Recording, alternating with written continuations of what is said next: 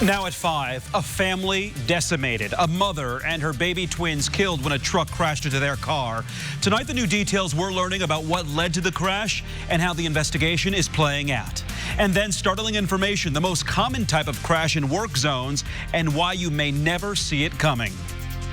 Two main topics to talk about: remnants from Hurricane Barry and heavy rainfall potential, and then this, the heat and humidity. This is RTV6 News at 5, working for you. And first at 5, fallout after a semi crashed into several cars, killing a mother and her twin baby daughters. That horrific crash happened Sunday on I-465 near Keystone Avenue. Now the driver of the semi is facing preliminary charges, and Indiana State Police have an urgent and stern warning for you. RTV6's Stephanie Wade gathering new information for us tonight. Stephanie, what are you now learning? Indiana State Police tell me this driver was just going too fast, maybe wasn't paying attention, and barreled into stopped traffic, killing a mother and her two twin daughters. 29-year-old Alana Norman Coons of Indianapolis and her 18-month-old twin daughters, Ruby and June, died when a semi-truck driver, who we now know is Bruce Pollard, allegedly said a car cut in front of him and slammed on their brakes before driving off. The Coons family was the first car Pollard hit, setting off a chain reaction and eventually hitting 7 cars in total. Police tell me 2 people were also critically injured. 5 others were sent to the hospital. Pollard, who was behind the wheel, is now preliminarily charged with reckless homicide and criminal recklessness causing injury.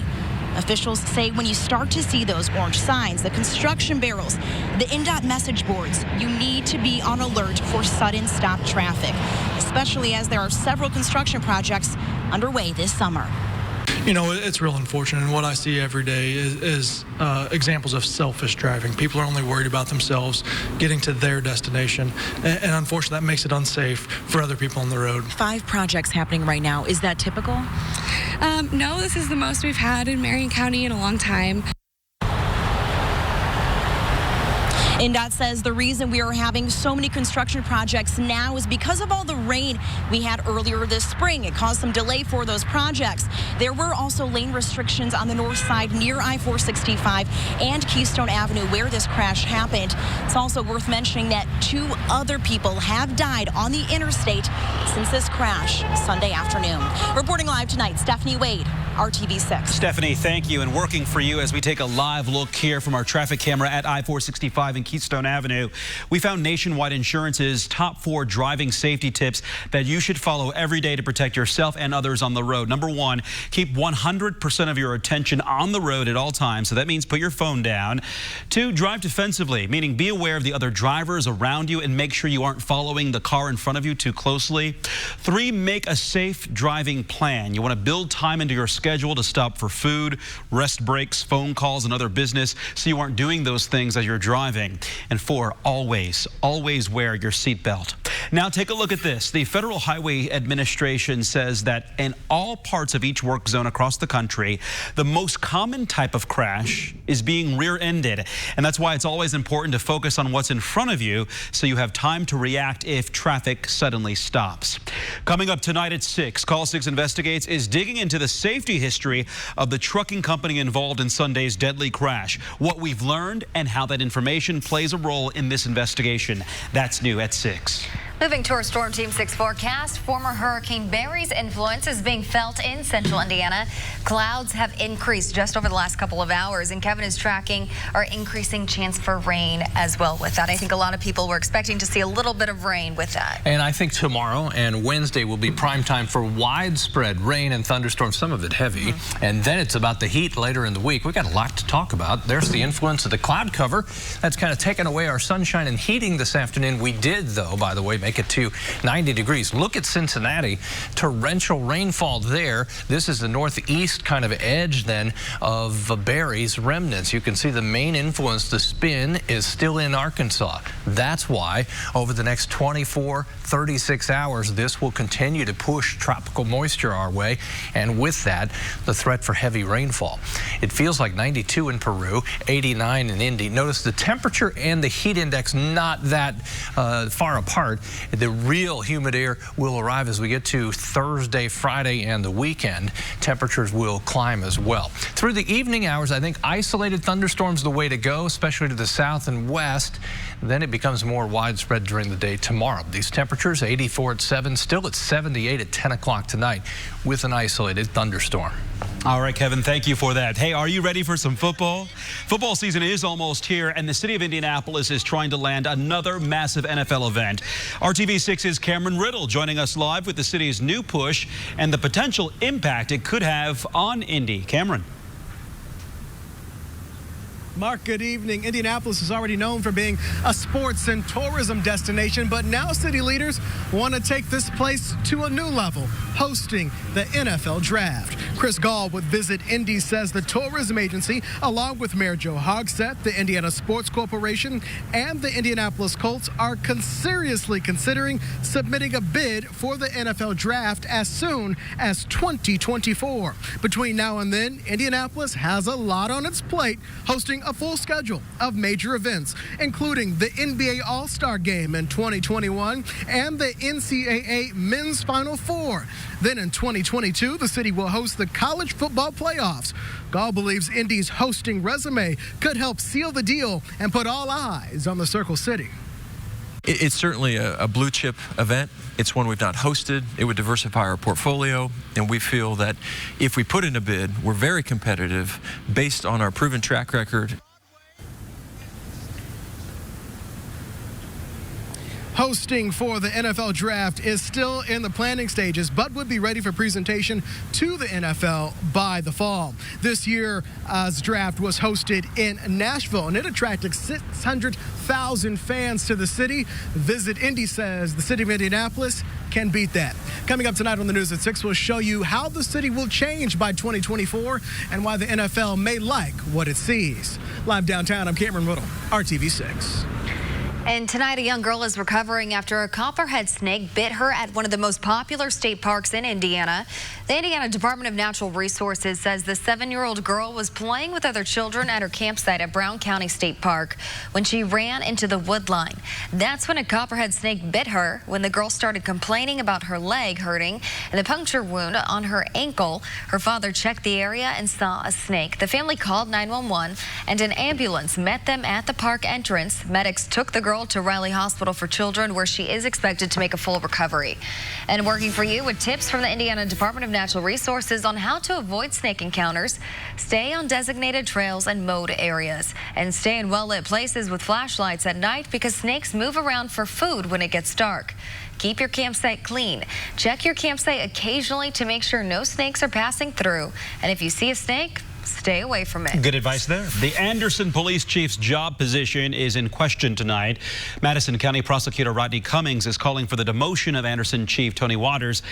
Cummings told the Anderson Herald Bulletin that state police told him Waters came physically close and put a finger in the faces of troopers who were arresting the chief's son for domestic battery in early June. Waters says that he's fully cooperated with the state police investigation. Still ahead at 5:30 on RTV6, housekeepers, nannies, and home care workers are a huge help to us, but often don't have basic legal rights and protections that most workers do. The proposed law that could protect them for the first time, and what that could mean for you. But first, most kids have access to the internet and apps on their smartphone. Working for you, we show you how you can protect your children from the darkest corners of the web. Kevin? And it's about thunderstorm chances increasing here in the next 24 hours that has our attention. Right now, just some rain in southern Indiana. We'll talk about our chance for thunderstorms through tomorrow coming up. Your replacement window hero. You're watching RTV6 News at 5. A Republican congresswoman from Indiana is now speaking out against new controversial comments from President Trump, and the president is not backing down. Today on the White House South Lawn, the president defended what many are calling racist tweets about 4 congresswomen of color. Over the weekend, the president tweeted for the women to, quote, go back and help fix the totally broken, crime-infested places from which they came. President Trump doubling down on that tweet today. They're free to leave if they want. And if they want to leave, that's fine. And if they want to stay, that's fine. These are people that hate our country.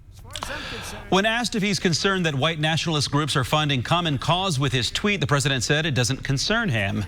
Republican Indiana Congresswoman Susan Brooks issued a statement today calling President Trump's remarks toward Democratic congresswomen on Twitter, quote, inappropriate. She says, as Americans, there is more that unites us than divides us. The president's remarks to my colleagues across the aisle are inappropriate and do not reflect American values. All of our elected officials need to raise their level of civility in order to address the serious issues facing our country. Brooks is retiring from Congress at the end of her term. In Democracy 2020 coverage, a candidate for Brooks' current congressional seat that Democrats hope to flip to their side will officially announce her run in about 15 minutes from now. Dee Thorne is expected to join the race for the 5th District congressional seat. That district includes the north side of Indy, Hamilton County, Anderson, and part of Kokomo. It's the seat being given up by Republican Susan Brooks, who decided not to seek re-election. Thorne is a former business executive who lost to Brooks in the 2018 general election. Thorne's announcement is set for 5:30 this evening. 1 out of every 5 teens has already been contacted by at least one child predator online. Working for you, our Scripps team goes to the experts. What you should know to protect your kids from the darkest side of the web. First, child sex crimes detectives waste very little time on sites like Facebook and Twitter. They're too public for dark corners of a predator's world. However, investigators say the most popular chat apps, including Messenger, Snapchat, and Instagram, are predator hot zones. Paul Spokas is a police investigator. He says, as a parent, the first thing you should be asking yourself is what apps are on your child's devices. According to Spokas, MocoSpace, Kik, Omegle, and Whisper are quiet, pedophile-friendly apps that can expose your kids to those with less than honorable intentions. They all offer video chat options. Whisper even shows users how far they are away from each other. Another thing to watch out for is the so-called ghost apps. You can look at the phone's storage and the different apps that are on there. Things like calculators take up a small amount of data, maybe 128 megabytes, whereas if there's another calculator that's on there, a secondary one, and it has something like 5 gigabytes of data on it, your calculator is not going to take up that much data. So more than likely that's a ghost app and they're hiding different kinds of things on there. Bottom line, if there are apps on your child's phone that you don't recognize, don't be afraid to ask them what it is. Ask them to log in if it's not logged in. Have them show you how it works. That way you know if they're being safe online.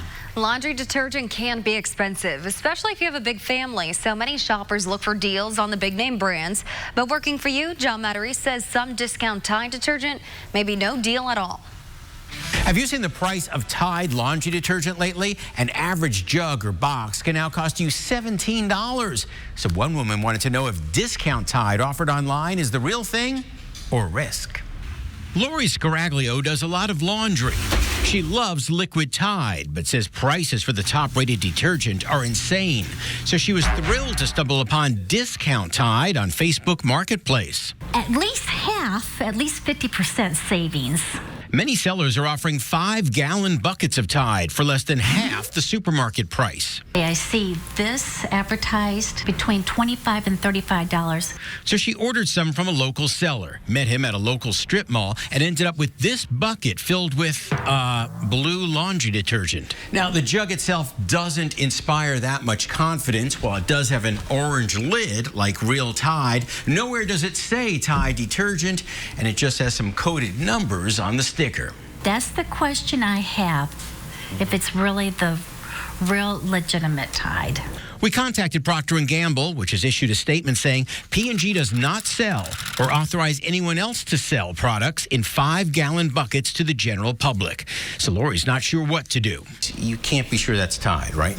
So that's my concern, if it has some type of ingredient or additive. So is it counterfeit, real, but intended for a third world country, or just cheap blue soap? No one knows, but there sure is a lot of it for sale. If a detergent jug does not have printed on Tide labeling or comes in a giant bucket, you're probably not getting Tide, so be careful so you don't waste your money. I'm John Mattery for RTV6. Well, believe it or not, it's back to school season already, and many families could use a little help with supplies. If you'd like to donate, RTV6 will be collecting classroom supplies this week. Our annual school supply drive is Thursday on Monument Circle from 7 a.m. to 3 p.m. There's a specific need for spiral notebooks, loose leaf paper, pens, pencils, and pocket folders. Also, don't forget ABC's Shark Tank is coming to Indianapolis tomorrow. You can pitch your idea to producers at an open call at Indianapolis Motor Speedway. Doors open at 6 tomorrow morning. We have much more information on the RTV6 app and the IndyChannel.com. I am so excited to see all the ideas that everyone brings tomorrow. Yeah. I've been looking forward to this for weeks. This is the only stop in the Midwest, too, for the show, so I'm sure a lot of people are driving far and wide. So when I look at radar tomorrow, it won't just be showers, it'll be people converging on Indianapolis. Coming to the tank. Well, we'll have some thunderstorms around, that's for sure. Let's kind of look at the headlines here for the week, kind of active. Berry remnants are arriving now in the form of clouds and some showers in the southwest portion of the state. You ready for humidity? Wow. Thursday, Friday, into the weekend and through the weekend, the humidity will be sky high, and that will bring us some of the hottest temperatures so far this year. These are the actual forecasted highs. Add that humidity, and we're looking at about 105 to 107 for a heat index value. As our rain goes away, then we crank up the heat and humidity. Thunderstorms, some very heavy rainfall near Cincinnati. Let's zoom into Henry County for a second, and you'll see what's left. So far in central Indiana, we've kind of resisted building any widespread thunderstorms. I think they'll stay isolated, just like what's cutting across Henry County. Other thunderstorms to the east will stay to the east. This is an area we'll continue to watch, part of the circulation, and there'll be these little bands that come in to the north, basically moving from southwest to northeast. And with that, there is a slight chance or low risk for severe storms. And when I say slight, I don't think it'll be widespread. And through tonight, south of Bedford, Seymour, Bloomfield, and Sullivan, whenever you have these tropical systems, there's already a spin in the atmosphere. They've had some funnel clouds reported down in Kentucky. Storm Shield app's always great to have. You can track thunderstorms, get the warning sent right to your app and your location, and then, of course, just track temperatures later in the week. It has an hourly forecast feature as well. 91, that's current temperature in Muncie, 78 in Terre Haute and Bloomington with the arrival of the cloud cover and the showers just to the southwest. Anywhere in the metro area, we're hovering around 90 degrees right now. Tonight might be the night to get a walk in. I think the next several days just become more uncomfortable. Say hello to Pepperoni. I love the name. Jennifer Cannon sent in the picture of her dog, and she got a little friend there as she's just relaxing on the bed this evening. 85 at 7 p.m. Temperatures down in the upper 70s by 11. The thunderstorms isolated this evening become more widespread in the afternoon tomorrow. There we are at 4 o'clock. Any one of these they don't look like much when you see them there, but they could put down 1 to 2 inches of rain in an hour's period of time with all that tropical moisture. Wednesday, first half of the day, the best chance for thunderstorms. Second half of the day, we dry out. Humidity still sky high. 92 Thursday. Then Friday, Saturday, and Sunday, all close to the mid-90s. Look at the overnight lows in the mid-70s. Through that stretch, rain chances minimal, and the heat index values 105, and in some cases a little warmer. It'll be a scorcher. It'll be a take it easy kind of weekend. All right. Thanks, Kevin, for that. Well, only on RTV6. This could be the most drama-filled night of the season on The Bachelorette. They're not taking it easy. We've got 2 words for you. Fantasy suites. The final 4 bachelors say they are ready to get down on one knee for Hannah B. But the fantasy suites are sure to test Hannah's relationships, including the one she has with Luke. Take a look. I have had sex. And honestly, Jesus still loves me. All right. Don't miss this highly anticipated episode of The Bachelorette. That's tonight at 8, only on RTV6. This is like the fence jump moment with Colton. That was We've all been waiting for the big drama moment of the last season, right? Yes. Yeah. A woman with cancer has a medical nightmare in the middle of a department store. The strangers that saved her life and the incredible action they took. Next here on RTV6.